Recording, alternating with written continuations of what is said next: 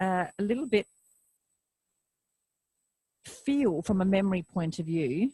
So you're tapping into that kinesthetic memory lying on your back, the weight of your eyeballs in the back of your eye sockets. So can you hear in my language now, the back of your eye sockets, that's reference to you. If I was referencing to the room, I would say that the eyeballs are closer to the floor, but I'm referencing them to you in the back of your eye sockets.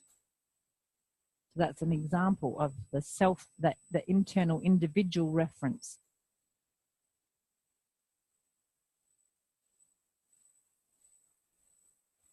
And then swinging your eyes left and right, slowly, slowly.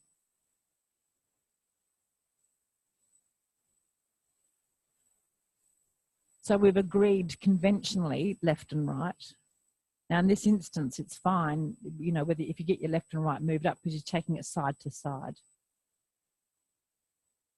Do you have a preference to one side versus the other?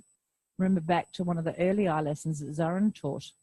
You might have a preference that's kind of become relatively hardwired because of the environment that you've grown up in.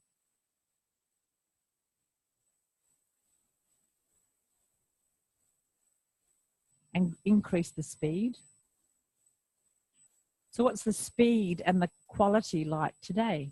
So you can go super fast and you lose quality. So if you stay in quality, the idea of staying where the movement is smooth and relatively equal and go as fast as you can, then when the quality starts to break down, that's the kind of point we're interested in. How is that quantitatively today, as well as qualitatively? And then leave the left-right movement and go up and down. And again, this is the up and down. Can you recognize that when I say eyes up and down, it's internally referenced to you? Because if it was referenced to the room, you'd be taking your eyes towards the ceiling, to the floor. So it's referenced to you, up relative to you.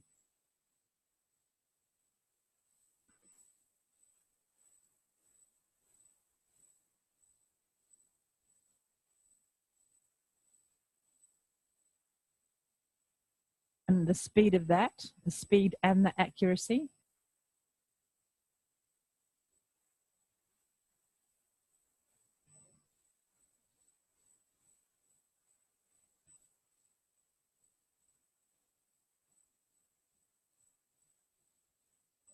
Roll over onto your stomach.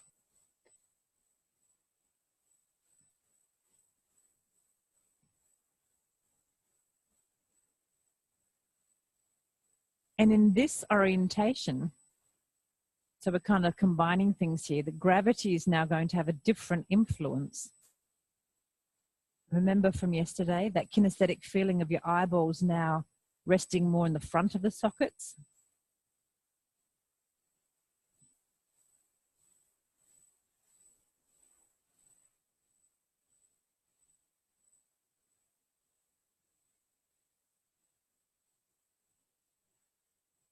Sensing the weight of the eyeballs, and then slowly start swinging them left and right, side to side.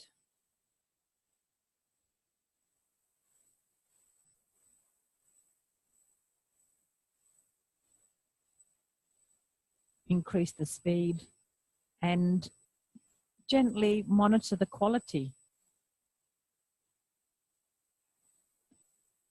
How much are you prepared to compromise the quality as the speed increases? And then slowly bring them to a rest and swing them up and down relative to you.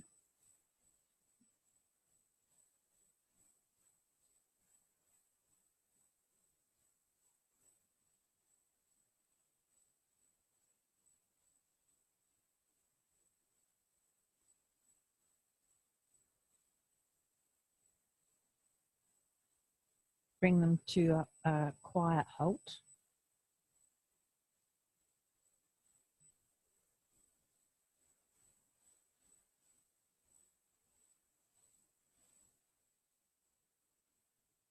And slowly come up to sitting.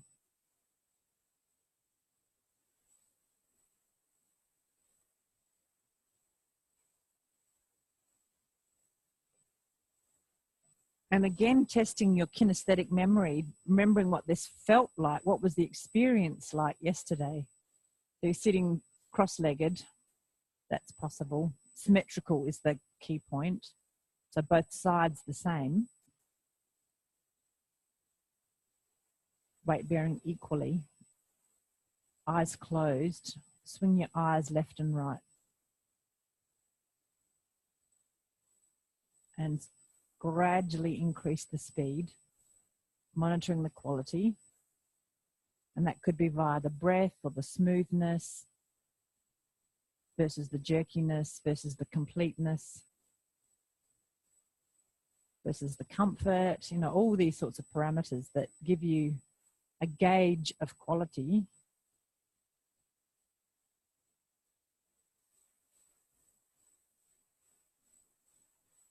And you can compare left and right. Do you have a preference?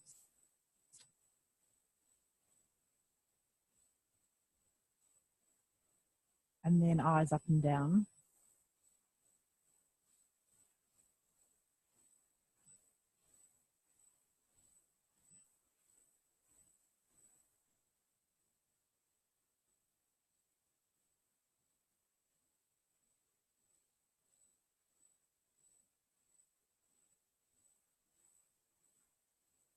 And leave that for a minute. Let's rest in sitting. Let your eyes rest. Where do they rest? So where is their position of repose? And you've got to be quite sneaky if you can't feel it. Now, maybe you're getting better at feeling where your eyeballs are looking, where they're oriented to within the sockets. Could you, you've got to sneak up on them. You've got to kind of quietly open your eyelids a little bit and see where are they if you can't feel. Is it where you think they are? Because they move so quickly. And as soon as you open your eyes, they move so quickly.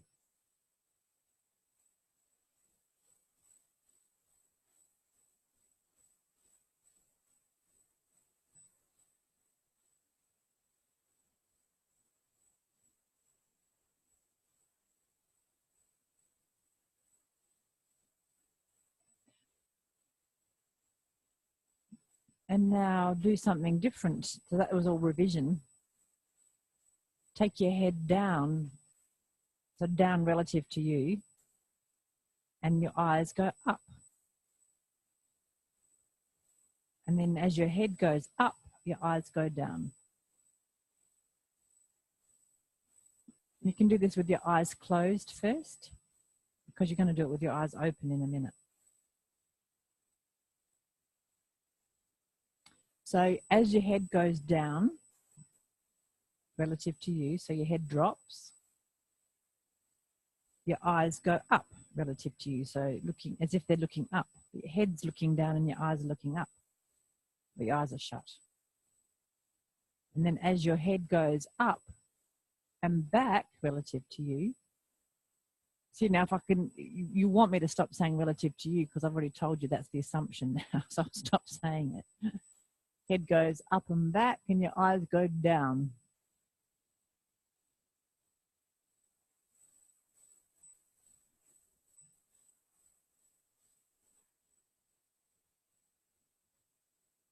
Could you quietly increase the speed of that without compromising quality and without, you know, hurting yourself?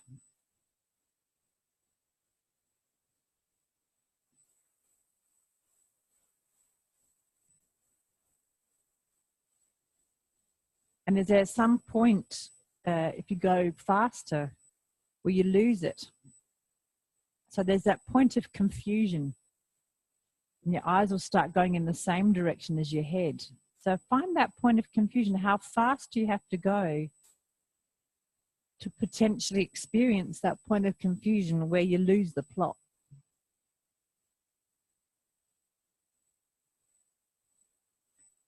If you need to make the movement small so that you don't spin out, that's fine. You adjust. You play around with that point of confusion, and you could say, well, you kind of get it wrong. Well, actually, yeah, it's a mistake. Can you do a retake? It doesn't matter. It's just information. Right? It doesn't, you know, it's not like your life depends on being able to move your eyes and your head in opposition.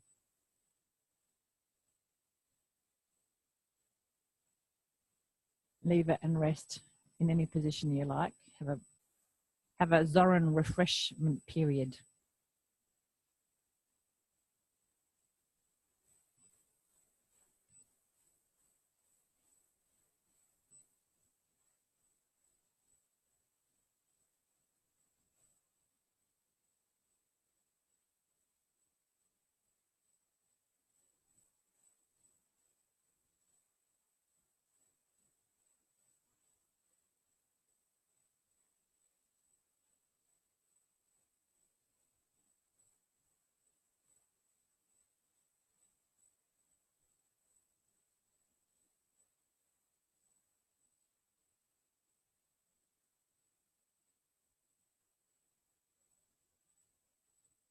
Come back up to sitting.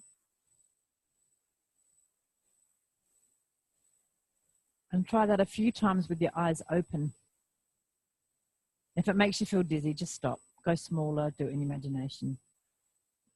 Take care, take good care. So the head goes down and the eyes go up. Head goes up and the eyes go down. Do you have a preference? Now that I'm wearing reading glasses, I have a preference for my head going down and my eyes going up because I'm peering over the top of my glasses. Those of you who are feeling supercilious when your head goes back and you're looking down your nose, it's quite snooty.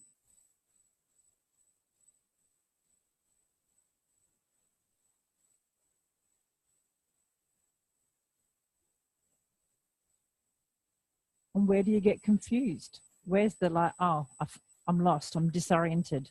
I don't know quite where my face is and my eyes are. And you acknowledge that point of confusion. And then what do? Do you fall down into a heap and cry because you feel lost? How do you go about reorienting yourself? You know, it's like you have a response to a mistake. What's the response? That's one of the hallmarks of a learner. You know, we're going to be talking a lot about what are the hallmarks of a good learner. And it's not that they don't make mistakes, it's their response to the mistake. What's your response to your mistake? Is it like, oh, God, you are such a bloody loser, Susan? Or is it like I don't care? I don't care it was a mistake because, you know, the teacher's an idiot and this is boring and I don't care and I just want to go and have a coffee and, you know, all she's doing is nattering in my ear, so it's the teacher's fault, or something else, some more mature response. Okay, now sit asymmetrically, which means, you know, you've got your feet to one side, your weight is distributed differently. And now do the same movement. You can shut your eyes and take your head down and your eyes up, and then vice versa. Is it different? Does a slight change in orientation make a difference or not? Maybe it does, maybe it doesn't. Maybe you can feel it, maybe you can't.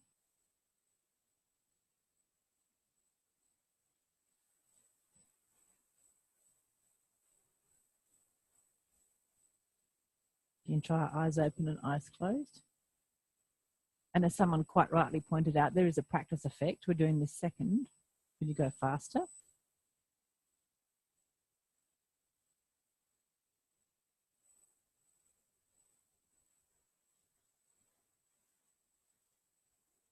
And whatever asymmetrical position you've got, do it on the other side.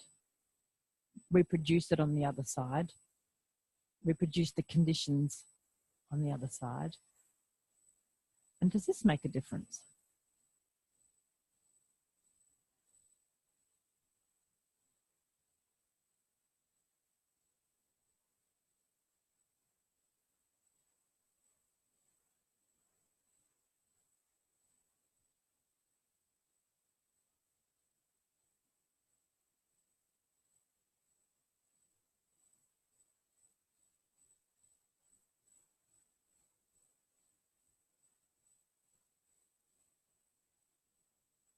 Leave it and rest in a position that offers you some refreshment.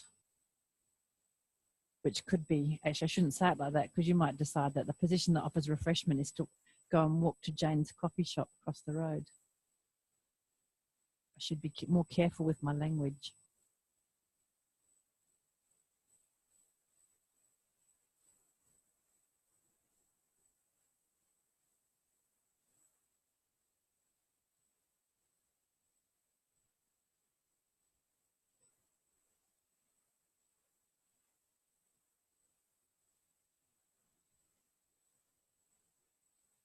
Some of you might be actually starting to feel you've got muscles that pull your eyes around.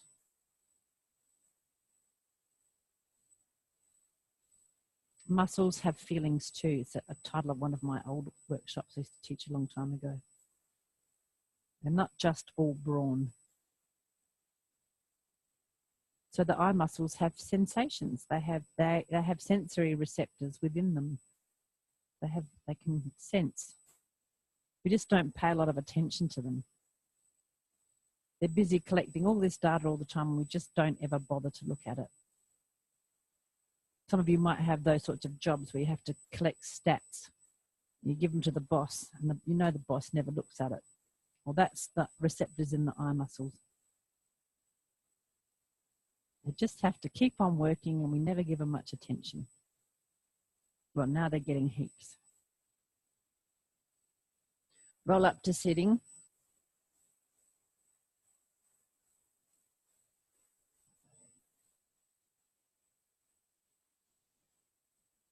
With your eyes closed, so sit symmetrically. With your eyes closed, take your head left and right, and the eyes go opposite with the eyes closed. So as your head goes to the right, your eyes go to the left. And as your head goes to the left, your eyes go to the right. And how do you go about exploring this? And everybody starts off going slowly with attention. So your head's turning, not tipping. Turning around on a vertical axis. So your nose goes to the left and to the right. That's it. And it can be a smaller movement as is sustainable. Remember, we are socially responsible, and we're doing a movement that is sustainable because you're going to do it quite a lot.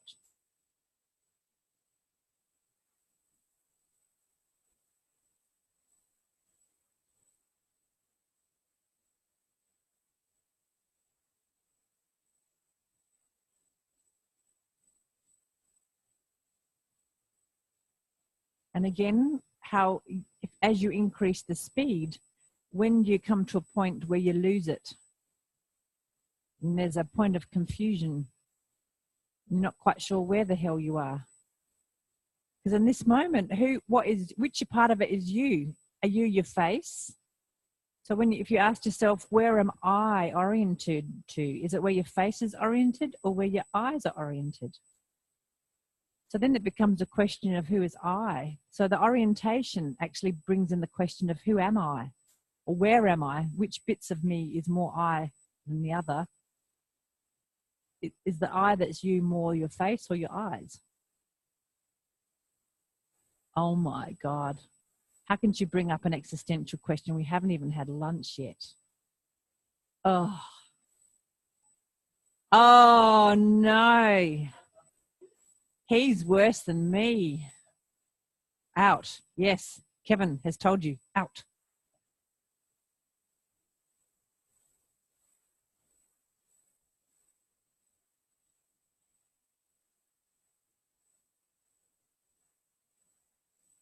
Open your eyes and do the same movement. Harder or easier. Now, for some people, the eyes shut could have made you dizzy. The eyes open is more likely to make you dizzy. So take care. We can talk about what dizziness is in a minute.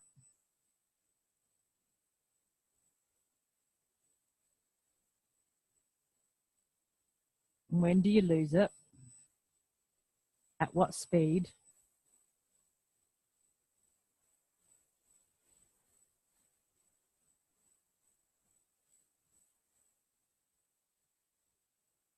And you should all be very grateful that the camera is looking at the back of your heads. Because it's not an intelligent look. like it looks incongruent. You know, you look a bit demented, especially because you're concentrating. How many times have I seen it? So I work a lot with people with vestibular disorders. So here's a trick where you think you can only go this fast and have your eyes go opposite to your head. Find a point in front of you that you can keep relatively clear. So I'm looking at the apple on Zoran's Mac machine, and I'm going to go really fast, and I'm going to keep that apple. And now those of you, so Loretta's in front of it, close to me, my eyes are going exactly opposite to my head smoothly, because I can keep the apple relatively still and go that fast. Now, I'm not super duper. Try that. You can do it. And now if someone watches you, your eyes are going absolutely opposite. If you fix your eye on that thing, see how fast you can go. When the image starts to jump, then you know your eye is not going exactly the opposite. So you've learned to do this. It's why you can watch, you know, why you can read a sign when you're in the bus. You know, you're moving. This is why you can walk down the supermarket and read a price tag as you're moving. You have the illusion of you keeping, like I'm keeping the apple still, when it's actually could be, if I didn't know how to do this eye movement opposite to my head really fast, I couldn't do it. The apple would jump around. I wouldn't be able to see things if I was moving. Can people experience that? There'll be a point where you can no longer do it. So actually get into pairs, and one person is going to hold their thumbnail up in front of them, and you're going to keep your eyes on the thumbnail, and the other person's going to watch what your eyes do relative to your head, just so that you know what this actually is.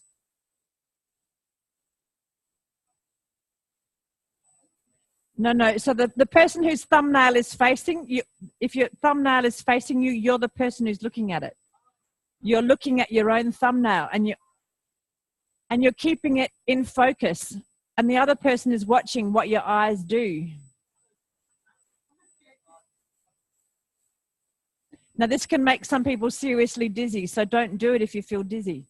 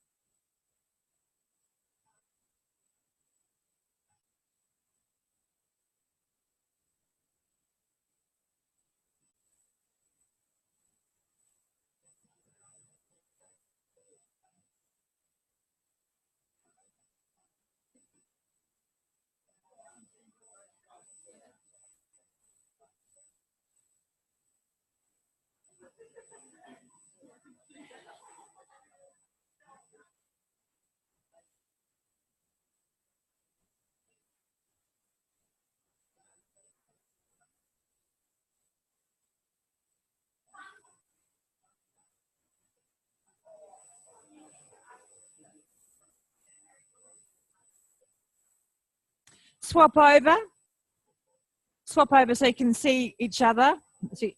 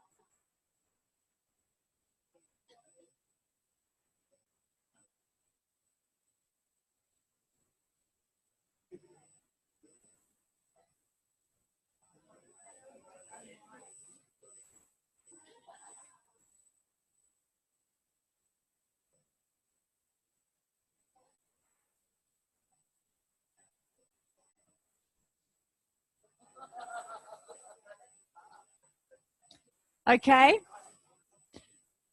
Makes sense? So did you all see the other person?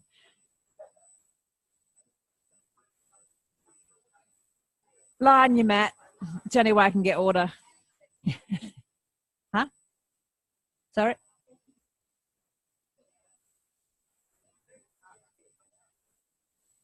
Yeah.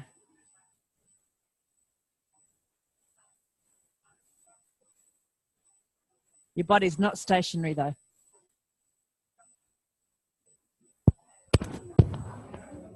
Yep, yep, I will.